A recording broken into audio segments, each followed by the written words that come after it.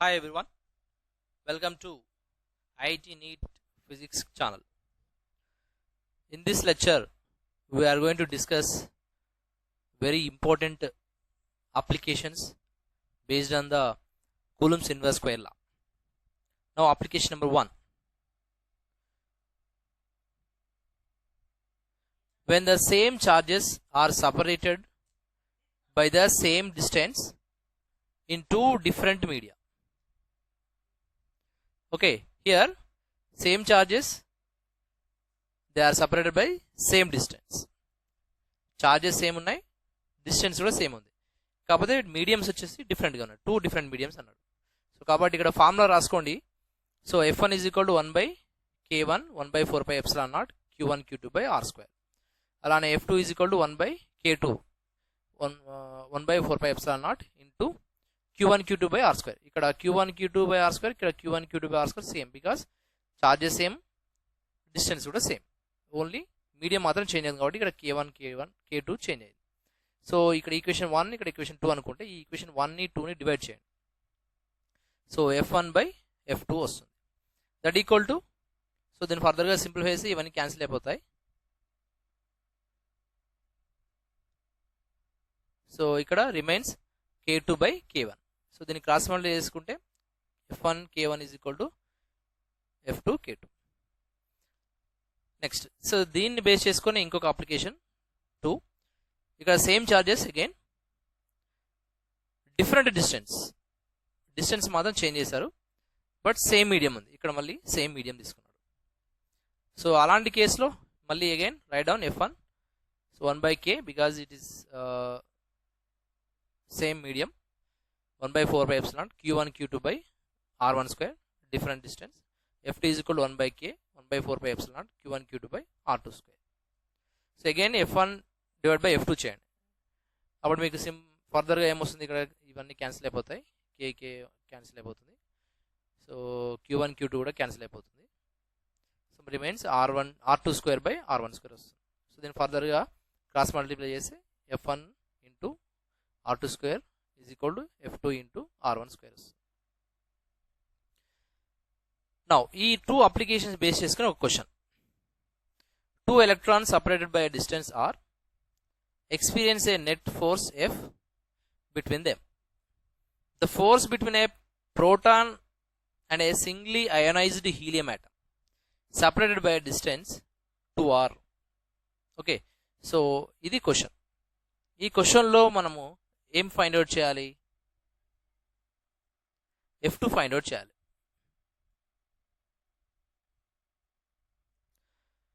చూడండి ఒకసారి. సో ఇక్కడ ఏమేమన్నాడు, ఇక్కడ చూడండి, డిస్టెన్స్ ఉంది, డిస్టెన్స్ అనేది డిఫరెంట్గా ఉంది. ఓకే, ఇక్కడ మీడియం సేమ్ అయిపోయింది, చార్జెస్ కూడా సేమ్ అయిపోయాయి, రైట్. సో కాబట్టి సో మనం పైన చూసినటువంటి అప్లికేషన్ 1, 2లో so F1/F2 is equal to R2²/R1². So application 2 మనకు ఇక్కడ యూజ్ అవుతుంది. So F1 is equal to F అనుకుందాం, F2 is equal to F2, మనం ఫైనల్ డేస్ F2 కాబట్టి F2 అలానే ఉంచుకుందాం. సో ఈ డిస్టెన్స్ వచ్చేసి 2R, ఒక దాని వాల్యూ వచ్చేసి 2R ఇచ్చాడు మనకు already, separate by distance 2R అని ఇచ్చాడు. So 2R and initially the distance is R. So దీన్ని సింప్లిఫై చేస్తే ఫర్దర్గా మీకు F2 is equal to F/R వస్తుంది. సో ఇలాంటి క్వశ్చన్స్ మనకు చూడడానికి చాలా సింపుల్గా ఉన్నాయి, ఎఫెక్టివ్గా అడగడానికి కూడా అవకాశం ఉన్నటువంటి కాన్సెప్ట్స్ ఇవి. ఓకే, ఇది జాగ్రత్తగా చూసుకోండి, అక్కడ ఏమేమి సేమ్ ఉన్నాయో చూసుకొని దాన్ని బేస్ చేసుకొని మనం పైన ఎలా అయితే మనం సింప్లిఫై చేసుకున్నామో అలా సింప్లిఫై చేసుకుంటూ ఈ సొల్యూషన్ చేసుకుంటే సరిపోతుంది. ఓకే, దీనికి షార్ట్ కట్స్ అంటూ ఏం లేవు, మీరు గుర్తుపెట్టుకోవాలంటే F/K and F/R. Okay, so దీన్ని బేస్ చేసుకొని మీరు F1 K1 is equal to F2 K2 రాసుకోవచ్చు, F1 R1 is equal to F2 R2గా రాసుకోవచ్చు. Okay, so it's better to simplify the completely, then it is very good. Next application number 3. So different charges మాత్రం different అయిపోయి, same separation same medium. So అప్పుడు ఫర్దర్గా మళ్ళీ formulas చూడండి ఒకసారి. 1/K 1/4πε0 ఈ రెండు క్యాన్సిల్ అయిపోతాయి. సో Q1 Q2/R², ఇక్కడ Q3 Q4/R². సో బికాజ్ మనకు ఇక్కడ ఇచ్చినటువంటి చార్జెస్ సేమ్ డిఫరెంట్ కాబట్టి. So F1 by F2 is equal to Q1 Q2 by Q3 Q4 అవుతుంది. Next application number 4.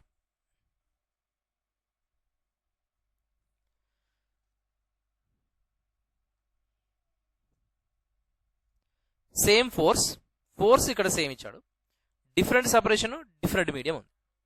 సో అలాంటి కేసులో so F is equal to ఇక్కడ F is equal to వస్తుంది, ఇక్కడ మీడియం డిఫరెంట్ కాబట్టి 1/K1 వస్తుంది. So ఇక్కడ 1/4πε0 సేమ్, ఇక్కడ 1/4πε0 సేమ్ ఉంది. So Q1 Q2 by R1 square, Q1 Q2 by R2 square. Right. Next అంటే ఇక్కడ చార్జెస్ సేమ్ ఇచ్చాడు, అంటే ఇక్కడ same force and same charge.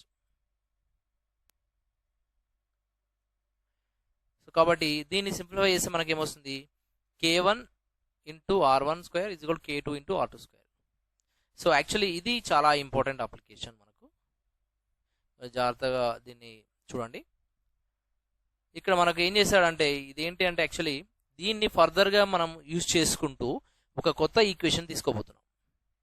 ఏంటి అంటే చూడండి, ఇక్కడ మనకు 2 చార్జెస్ ఉన్నాయి, రైట్. ఈ రెండు కూడా ఎలా ఉన్నాయంటే ఎయిర్లో ఉన్నాయి. సో ఈ రెండింటి మధ్య డిస్టెన్స్ R0 అనుకుందాం. అప్పుడు ఈ ఫార్ములా యూజ్ చేసుకుందాం కొద్దిసేపు, రైట్. ఇక్కడ Q1 Q2లు కామన్ అవన్నీ ఓకే, పర్లేదు. ఇక్కడ ఈ ఈక్వేషన్ ఉంది already, okay right. So K1 is equal to 1 because air కదా, ఎయిర్ కాబట్టి ఇక్కడ K వాల్యూ వచ్చేసి మనకి కాన్స్టెంట్ వాల్యూ K ఉంటుంది. So K is equal to K1 is equal to 1. R1 ఎంత ఇక్కడ R0 అయిపోయింది. ఇదే సేమ్ చార్జెస్ని మనం ఏం చేసాం, వేరే మీడియంలో ప్లేస్ చేసాం. అప్పుడు డిస్టెన్స్ వచ్చేసి R అయిపోయింది. ఓకే, సేమ్ కాదు, డిఫరెంట్గా పెట్టాం. డిఫరెన్స్ ఎందుకు అలా పెట్టామంటే ఇక్కడ ఈ ఫోర్సెస్ అన్నీ ఈక్వల్ చేసుకోవాలి కదా, ఈ ఫోర్స్ ఈక్వల్ చేసుకోవాలి. ఈ ఫోర్స్ ఈక్వల్ చేసుకోవాలంటే మీడియం సేమ్ అయి ఉండాలి. ఓకే, మీడియం సేమ్ అయి ఉండాలి, కానీ మీడియం సేమ్ ఉండదు. ఇక్కడ మన పైన ఇచ్చినటువంటి ఈ అప్లికేషన్లో కండిషన్ ఏంటి, డిఫరెంట్ మీడియంస్ అన్నాడు. సో డిఫరెంట్ మీడియం కాబట్టి మనం ఇక్కడ ప్లేస్ చేసేటువంటి డిస్టెన్స్ చాలా ఇంపార్టెంట్. అంటే ఇక్కడ R0 ప్లేస్ చేసాక ఇక్కడ R0 ప్లేస్ చేయొచ్చు కదా, మరి చేయడానికి అవకాశం లేదు. ఎందుకంటే అలా ప్లేస్ చేస్తే అక్కడ F వాల్యూ డిఫరెంట్గా వస్తుంది. బట్ F వాల్యూ డిఫరెంట్గా రాకూడదు ఇక్కడ, ఎందుకంటే మనకి ఇక్కడ సేమ్ ఫోర్స్ అనేది ముందే ఇక్కడ కండిషన్ ఇచ్చాడు కాబట్టి. సో ఈ ఫోర్స్ అనేది మెయింటైన్ అవ్వాలి. ఇక్కడ ఎంతైతే ఫోర్స్ వచ్చిందో ఇక్కడ కూడా అంతే ఫోర్స్ రావాలి. సో అంతే ఫోర్స్ ఎప్పుడు వస్తుంది అంటే ఈ డిస్టెన్స్ అనేది మనం చేంజ్ చేయడం వల్ల మాత్రమే ఆ F అనేది ఈ Fకి ఈక్వల్ అయ్యే విధంగా మనం అడ్జస్ట్ చేసుకోవచ్చు. సో కాబట్టి ఈ డిస్టెన్స్ అడ్జస్ట్ చేశాను, R0 కాకుండా వేరే డిస్టెన్స్ పెట్టాను. అప్పుడు మనకు ఈ మీడియంలో ప్లేస్ చేసేటువంటి ఈ 2 చార్జెస్ మధ్యలో వచ్చేటువంటి ఫోర్స్ ఇక్కడ ఆల్రెడీ మనం ఫస్ట్ కేసు తీసుకున్నాం కదా, ఆ ఫోర్స్ ఈక్వల్ అయిపోతాయి. కాబట్టి ఇక్కడ R2 అనేది డిఫరెంట్ అయిపోయింది. సో K2 ఈజ్ ఈక్వల్ మనకు తెలియదు కాబట్టి K అనుకుందాం, ఎందుకంటే ఇక్కడ మీడియం అని ఇచ్చాడు. What ever it is the medium. So ఈ కాన్సెప్ట్ యూజ్ చేసుకొని నేను ఇక్కడ ఏం చేశానంటే ఈ ఈక్వేషన్లో ఈ వాల్యూస్ అనేది సబ్స్టిట్యూట్ చేశాను. అప్పుడు R0 square is equal to KR square వచ్చింది. సో అప్పుడు R ఈజ్ ఈక్వల్ టు ఏమవుతుంది, R0/√K అవుతుంది. సో ఇది చాలా చాలా ఇంపార్టెంట్ ఈక్వేషన్.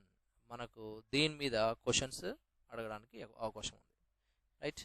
ఇక్కడ చూడండి, ఇక్కడ ఏంటి ఒకసారి అది అర్థం చేసుకుందాం. ఇక్కడ క్లియర్గా ఉంది మనకు.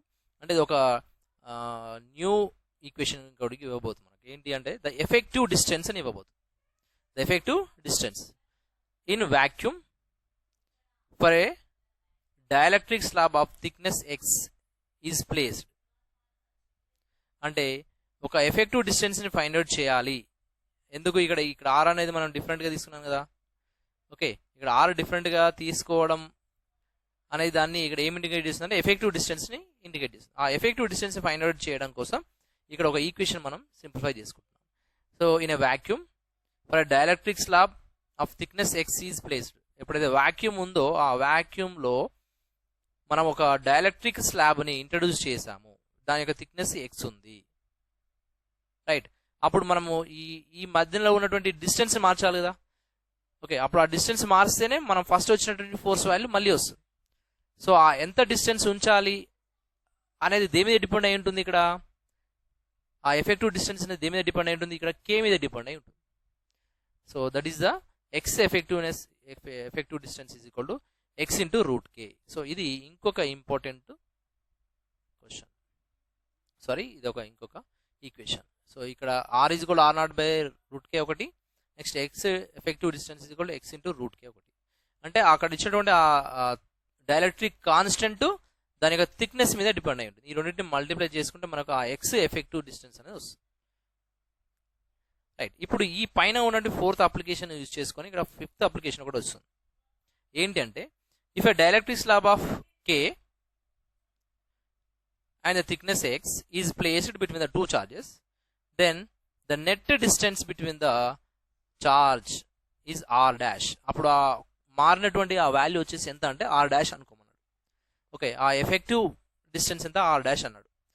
r dash ఎంత అనేది మనం ఇక్కడ ఒకసారి చూద్దాం. సో ఇక్కడ q1 చార్జ్, ఇక్కడ q2 చార్జ్. ఓకే, మధ్యలో ఒక k అనే డైఎలక్ట్రిక్ కాన్స్టెంట్ ఉన్నటువంటి ఒక స్లాబ్, దాని యొక్క థిక్నెస్ ఎక్స్ని ప్లేస్ చేశాను. ఇనిషియల్గా దీని యొక్క వాల్యూ r అని ఉంది.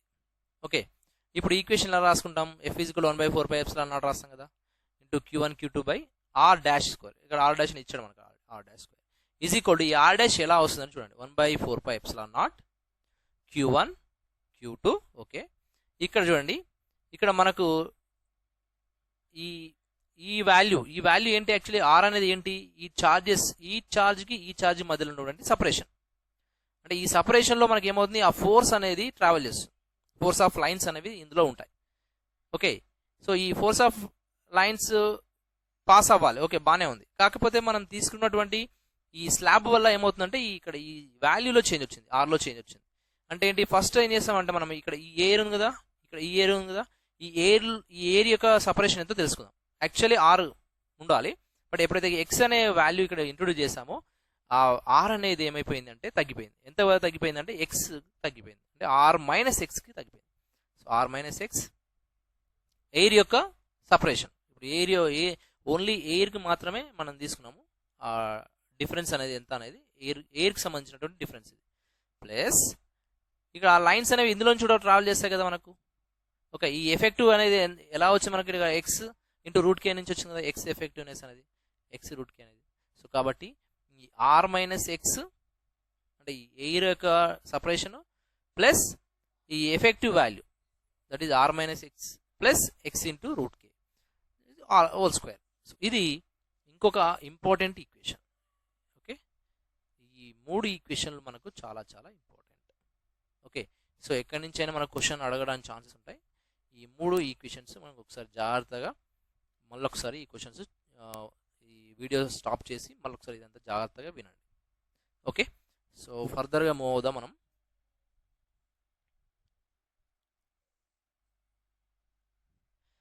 Two point charges placed at a distance r, okay, in the air experiences in a certain force, then the distance at which they will experience same force in the medium of dielectric constant k. So మనం ఇంతకుముందు పైన discuss చేసాం కదా, అదే ఇక్కడ question ఫామ్లో ఉంది.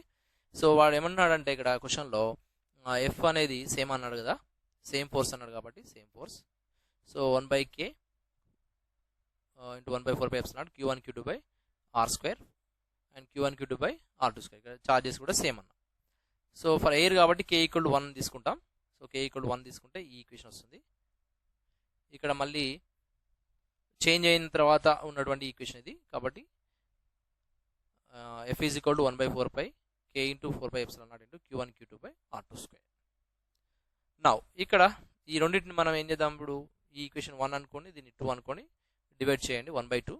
అప్పుడు మనకు ε0 r ఇక్కడ ఇదంతా క్యాన్సిల్ అయిపోతుంది, q1 q2 q1 q2. So మిగిలింది ఏంటి, ε0 into r square, ε0 into k into ε0 into r2 square. Okay, ఇవి మాత్రం మిగులుతాయి. So ε0 r square k into ε0 into r2 square. So r2 square is equal to మనకు కావాల్సిన r2నే కదా. So r2 square is equal to r/k. ε0 cancel అయిపోయింది. r2 is equal to r2 square is equal to r square by k. Okay, next ఇక్కడ r2 is equal to ఏమవుతుంది, r/√k వస్తుంది. Right, so ఇది based on that above application. Next ఇక్కడ ఇంకో question కూడా ఉంది చూడండి. 2 charges 2 and 6 coulombs are separated by a finite distance. Finite distance separate అయినాయి. If a charge of -4 coulomb is added to each of them, okay, -4 అనే కూలంని ఈ రెండింటికి యాడ్ చేశాడు. So initial force of 12 × 10⁻³ newtons will change. ఆ force అనేది ఇనిషియల్గా ఉన్నటువంటి ఈ ఫోర్స్ అనేది చేంజ్ అయిపోతుంది. ఇనిషియల్ ఫోర్స్ ఎప్పుడు 2 and 6 ఉన్నప్పుడు మాత్రమే.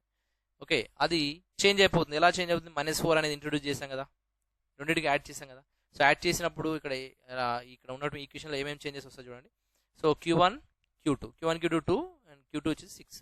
సో -4 యాడ్ చేయాలి కాబట్టి ఇది చేంజ్ అవుతుంది కాబట్టి Q1 డాష్ 2 -4 -2 వస్తుంది. Q2కి యాడ్ చేసాను, Q2 డాష్ అయిపోతుంది. 6 - 4 2 అవుతుంది. సో ఫస్ట్ వచ్చేసి F1 = 12 × 10⁻³ న్యూటన్స్. సో F2 ఎంత అని క్వశ్చన్. సో F1 = ఈక్వేషన్ ఇది, F2 = ఈక్వేషన్ ఇది. సో F2/F1 చేశాను ఇక్కడ నేను. So Q1 dash Q2 dash Q1 Q2 అవుతుంది. సో మనకు కావాల్సిన F2 కాబట్టి F2ని ఉంచేసుకొని F1 ఇక్కడికి తీసుకెళ్ళాను. సో ఇది ఇక్కడ మల్టిప్లై అయిపోయింది. ఈ మిగతా వాల్యూస్ అని అందులో సబ్స్టిట్యూట్ చేయండి. చేస్తే మనకు సింప్లిఫికేషన్ అనేది ఈజీ అయిపోతుంది.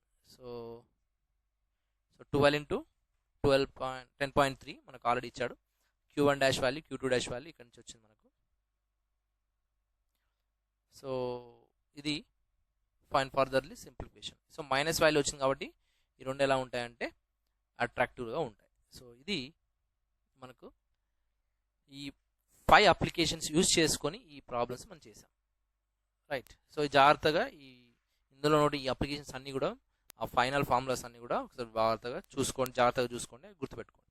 So thank you very much. All the best to all.